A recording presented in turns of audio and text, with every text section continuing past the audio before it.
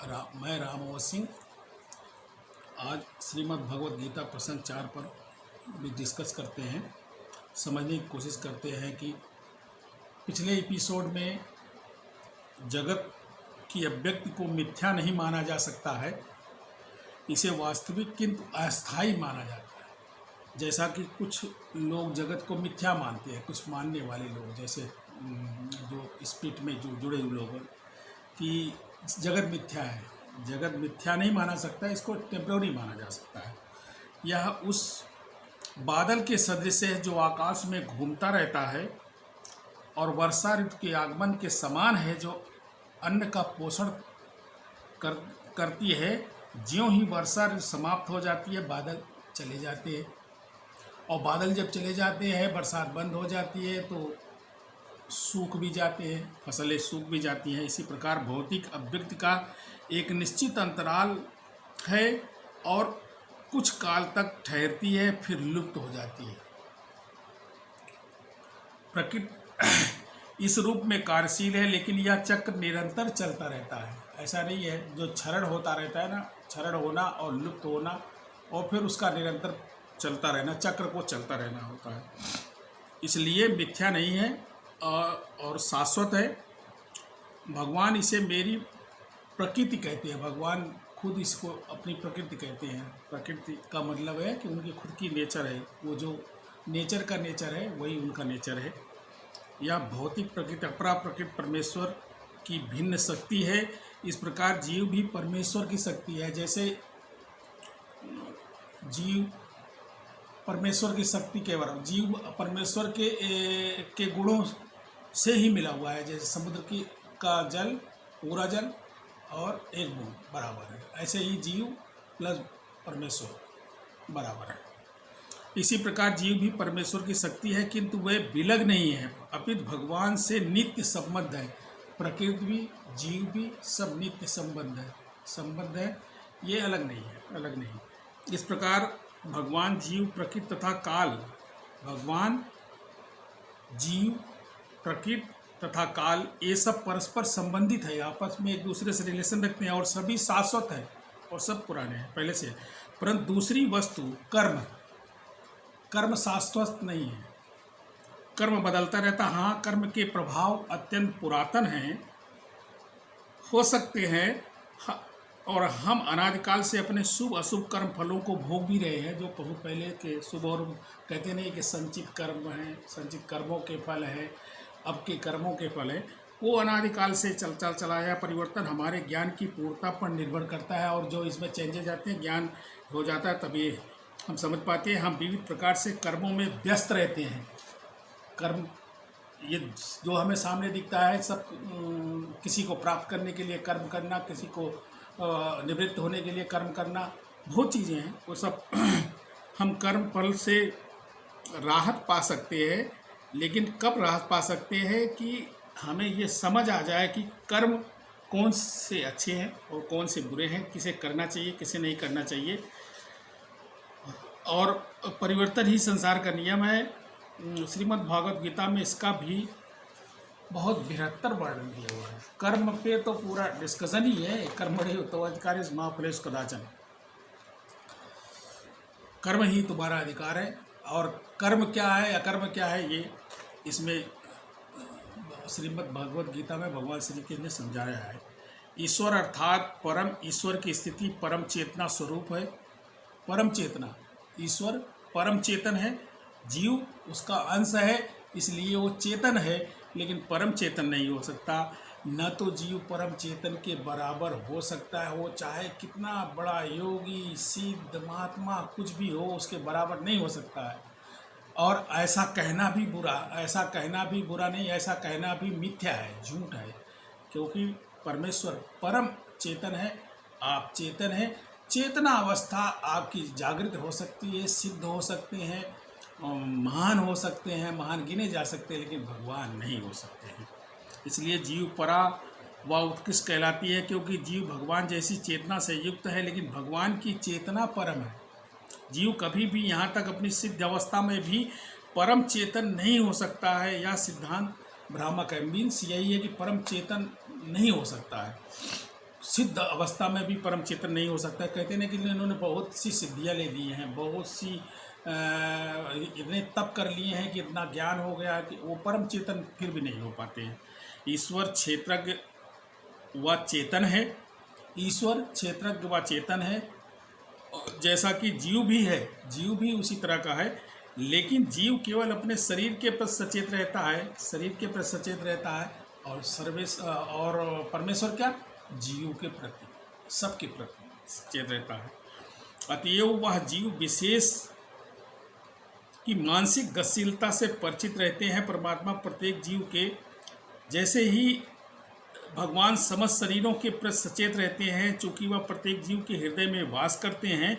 अतएव वह जीव विशेष की मानसिक गतिशीलता, जो जीव की मानसिक गतिशीलता है उसके नियंता हैं, अधिशासी हैं, नियंता हैं, अधिशासी हैं। वैसा करने के लिए जीव को निर्देशित करते रहते हैं। कहते हैं ना कि कभी बहुत ऐसी चीज़ें होती हैं जो गलत काम है, उसके लिए आत्मा कहती है कि ये गलत है, चोरी करना जुर्म गलत है, व्यभिचार करना गलत है, बेईमानी करना गलत है। लेकिन निर्देशित करने के बावजूद भी ये हम अपने आप को महान समझ करके कर लेते हैं, तो उसका सज़ा भी है, पेनाल्टी भी है, और स्पिरिट के हिसाब से भी है, कानून के हिसाब से भी है।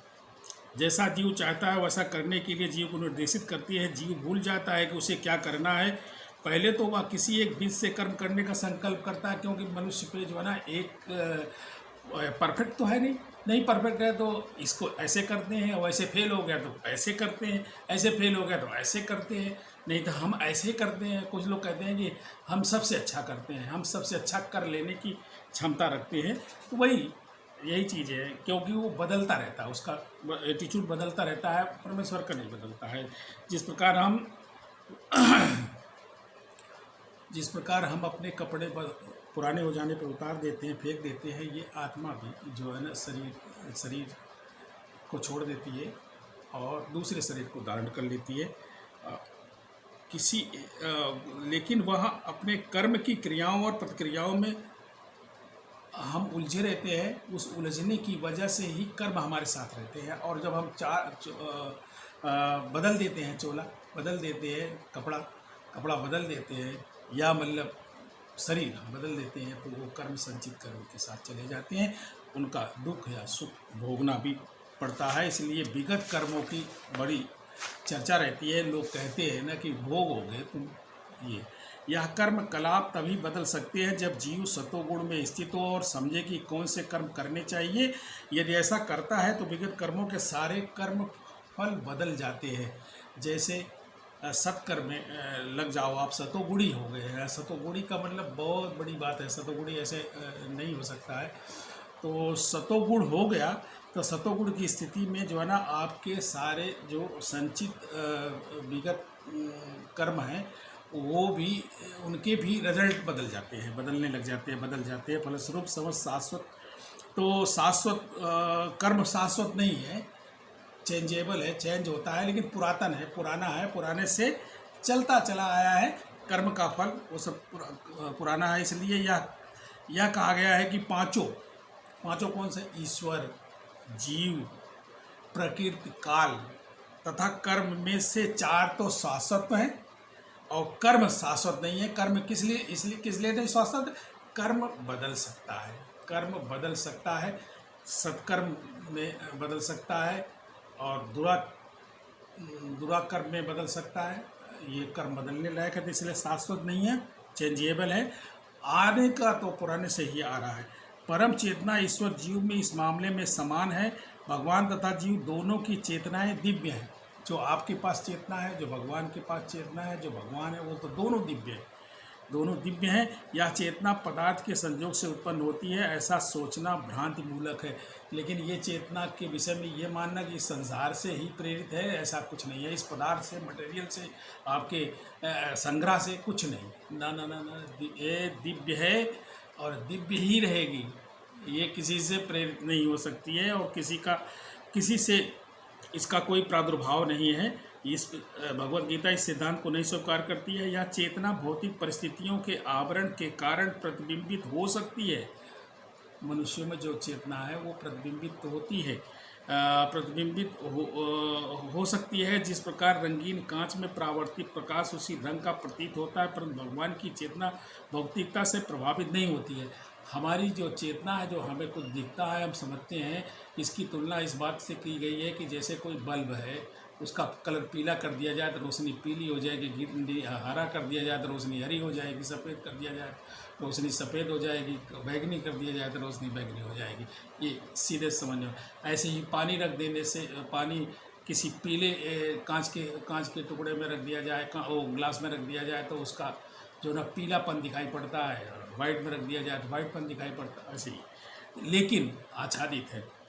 भगवान कहते हैं कि मैं अध्यक्षेण प्रकृति, मेरी ही अध्यक्षता में प्रकृति काम करती है। जब वह भौतिक जगत में अवतरित होते हैं तो उनकी चेतना पर भौतिक जगत का प्रभाव नहीं पड़ता। हमारे चेतना पे भौतिक जगत का प्रभाव पड़ता है, कलर वाला प्रभाव, जो जैसा एग्जाम्पल दिखाया गया उस तरह से पड़ता है। और परमेश्वर जब का प्रादुर्भाव होता है, जन्म लेते हैं, तो उनका जन्म नहीं लेते, वो आते हैं, प्रादुर्भाव होता है तो उनको नहीं पड़ता है। भगवान भौतिक कलमशग्रस्त चेतना से मुक्त हुए बिना कोई भी, भगवान कहते हैं कि भौतिक कलमशग्रस्त चेतना से मुक्त हुए बिना कोई भी दिव्य जगत के विषय में नहीं जान सकता है। अतः भगवान भौतिक दृष्टि से कलुषित नहीं है, परंतु जीव की चेतना भौतिक जगत से कलुषित रहती है। जो मटेरियल वर्ल्ड है, भौतिक जगत है, इसमें हमें छिद जल पावक गगन समीर और यहाँ के जो मटेरियल हैं उनसे हम जो ना एक तरफ से इंक्लाइंड हो जाते हैं, बहुत ज़्यादा सोचने लग जाते हैं, वेल्थ पे ही लग गए, सुंदरता पे ही लग गए और सब पे लग गए। तो ये इंक्लिनेशन है, यही जो है ना कलुषित होना है, इसी को कलुषित होना है। परंतु जीव की चेतना भौतिक जगत में कलुषित हो जाती है। भगवत गीता शिक्षा देती है कि हमें इस कलुषित चेतना को शुद्ध करना है। शुद्ध चेतना हमें कर्म ईश्वर की इच्छा अनुसार होंगे, तभी हम सभी रूप से सुखी हो सकते हैं। जब कर्म जो है हमारे ईश्वर, हमारा जो कर्म है, नित्य कर्म है, सारे कर्म हैं जो हम अपना क्रियाकलाप करते हैं, जैसे राजा के रूप में, प्रजा के रूप में, प्रशासक के रूप में, किसी भी तरह से सेवक के रूप में, सेवादार के रूप में, महात्मा के रूप में, साधु के रूप में, और सन्यासी के रूप में, स्त्री के रूप में, पुरुष के रूप में, ये जब तक हमारी चेतना पे जो आच्छादित मटेरियल वर्ड का इंक्लिनेशन है वो नहीं हटता है, तब तक हम जो है ना शुद्ध कर्म नहीं कर सकते हैं। जब हम शुद्ध कर्म नहीं कर सकते हैं तो सुख को प्राप्त नहीं हो सकते हैं। एसी में सफ़र करना, एसी में सोना, एसी में रहना, एसी हवाई जहाज, एसी बस, एसी ट्रेन में जाना सुख नहीं है। सुख तो आत्म सुख होता है, वो सुख इससे नहीं आएगा। उसमें तो पेन भी है, दर्द भी है, और बाहर निकाल दिया जाए तो मछली की तरह मरने लग जाती है। तो इसलिए जो सुख है, जिसको कहते हैं सुख है, तो वो मन जो भी कर्म हमारे हैं वो कर्म कलुषित नहीं होने चाहिए। जब कलुषित नहीं होंगे तो सुख की प्राप्ति होती है और आत्म सुख की प्राप्ति होती है, और उसी को कहते हैं सुख। बाकी के सुख नहीं कहते हैं कि माल मटेरियल खाया, मिठाई खाया, रबड़ी खाया, सुख प्राप्त किया, और एक दिन खाना नहीं खाना मिला तो दुख प्राप्त हो गया, या किसी ने कुछ नुकसान कर दिया तो दुख प्राप्त हो गया। ये तो मटेरियल से आच्छादित।